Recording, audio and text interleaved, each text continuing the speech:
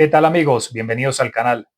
Vamos con el análisis de esa derrota del Real Madrid en el campo del Betis, 2-1, muy mal partido del equipo blanco, sin actitud, sin compromiso. Solo esos 15 primeros minutos en el que el Madrid sí se mostró bien, pero luego prácticamente tiraron el partido. Y una derrota que no solo preocupa desde el resultado, desde lo que significa para la clasificación de la liga, sino para lo que viene. Vamos a analizar en el video y en la segunda parte sobre todo lo que va a significar esto para los próximos partidos, sobre todo para ese derby de Champions, pero sin duda un paso atrás del Real Madrid, no solo en la liga, no solo en la clasificación, sino en lo que venía mostrando el equipo blanco en los últimos partidos.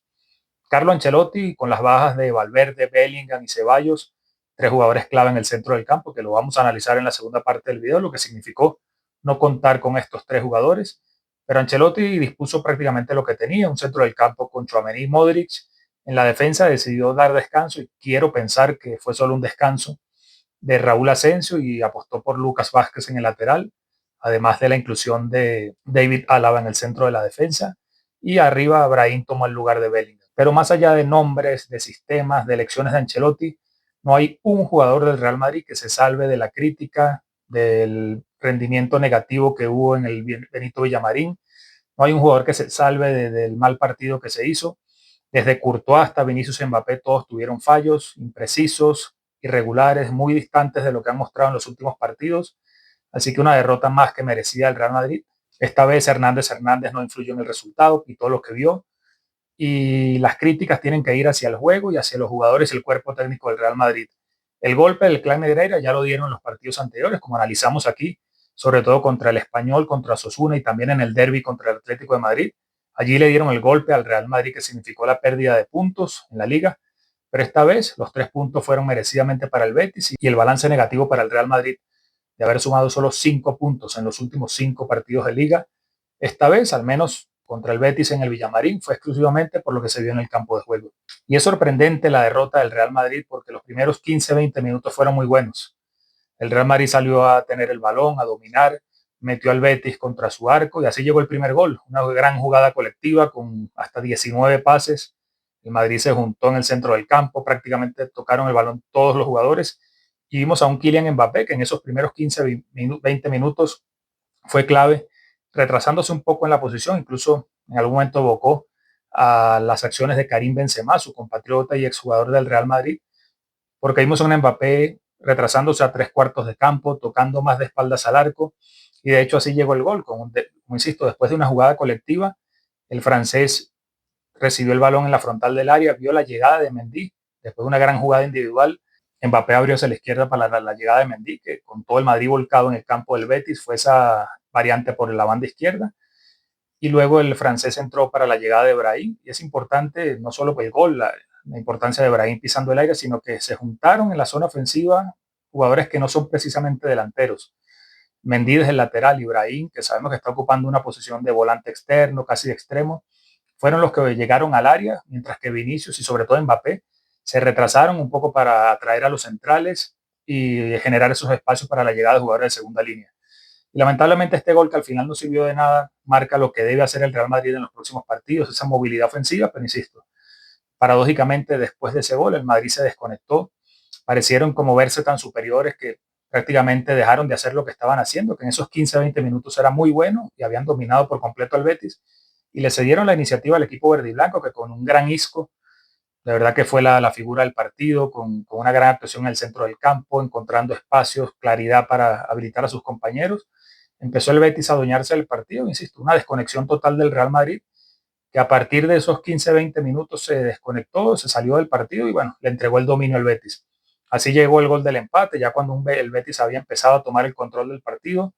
un saque de esquina que cobró precisamente Isco y aunque fue una jugada de acción a balón parado, mostró la desconexión que tenía el Real Madrid. El rematador finalmente, Johnny Cardoso, entró prácticamente solo en el área. Ningún jugador del Madrid, esa marcación en zona que suele hacer el equipo blanco, lo siguió y remató prácticamente solo en el área pequeña, con un Courtois que no solo no salió a cortar el centro del saque de esquina de Isco, sino que el balón prácticamente le iba a su cuerpo y bueno, no pudo alcanzar a sacarla. Así que como digo, ni Courtois ni los delanteros, prácticamente ningún jugador de Madrid de ese momento en adelante estuvo en su mejor nivel. Me quiero detener especialmente en el sector ofensivo, donde sabemos que no estuvo Jude Bellingham por esa injusta sanción que acarrea el inglés desde aquella tarjeta roja que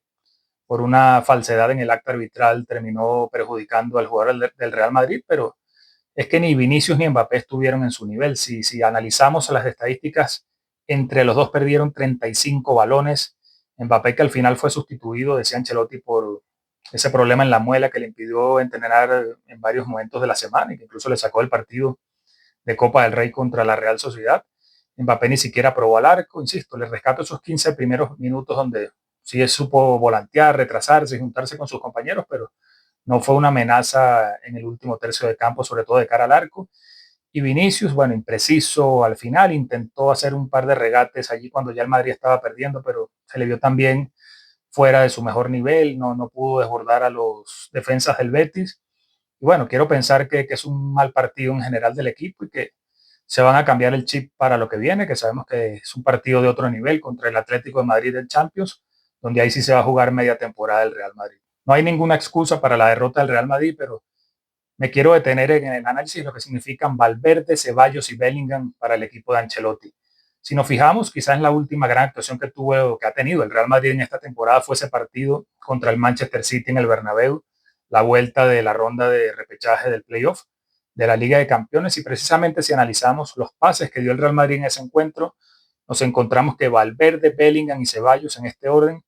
fueron los jugadores más importantes en este rubro, o sea, los que más pases dieron, los que volcaron al Real Madrid en el ataque, los que manejaron ese partido a su antojo, y precisamente son las tres bajas que tuvo el Real Madrid en este partido contra el Betis.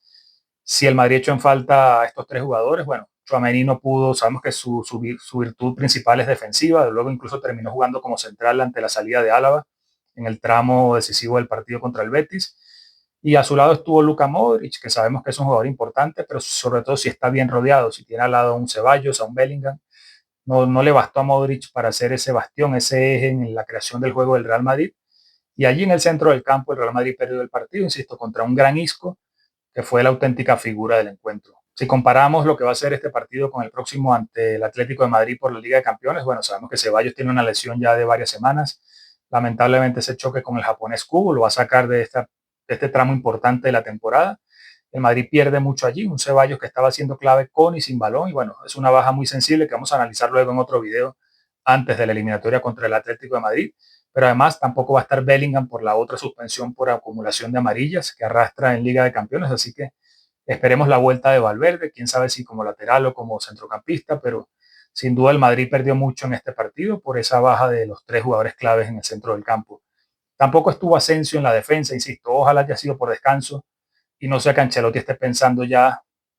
relegarlo al banquillo. Vimos a un Lucas Vázquez, como es habitual, ya que le cuesta mucho defender, que no es un jugador fiable en el lateral derecho, y tampoco David Álava en el centro de la defensa se vio seguro, superado en algunas ocasiones con los centros laterales, incluso perdido cuando tenía que salir un poco a presionar al Cucho Hernández o a cualquier otro delantero del Betis, y sin duda que se echó en falta también esa intensidad, ese vigor de Raúl Asensio corrigiendo en el sector defensivo, así que espero que sea solo una decisión de un partido y que el próximo martes veamos a Asensio en el 11 contra el Atlético de Madrid. Son 3 puntos más que pierde el Real Madrid, pero más allá de la clasificación, como decía antes, son las sensaciones de preocupación que deja el Real Madrid, porque esa desconexión en Champions no va a ser solo un gol que se puede encajar, sino que va a ser prácticamente la eliminación. Se va a enfrentar a un rival complicado contra el Atlético de Madrid, que sabemos que suele hacerle buenos partidos al conjunto de Ancelotti, así que el Real Madrid tiene que cambiarse el chip. Ancelotti no dejó ocultar su preocupación en rueda de prensa, habló de actitud, de compromiso, de que el equipo después de esos 15 primeros minutos dejó de hacer lo bueno que estaban haciendo.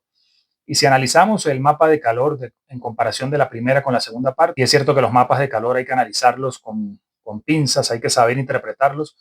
pero vemos claramente cómo el Real Madrid en el primer tiempo y sobre todo por lo hecho en esa primera etapa del periodo inicial estuvo un poco más junto, sin balón, replegado en ese 4-4-2 que suele ser habitual en los últimos partidos y que ha funcionado.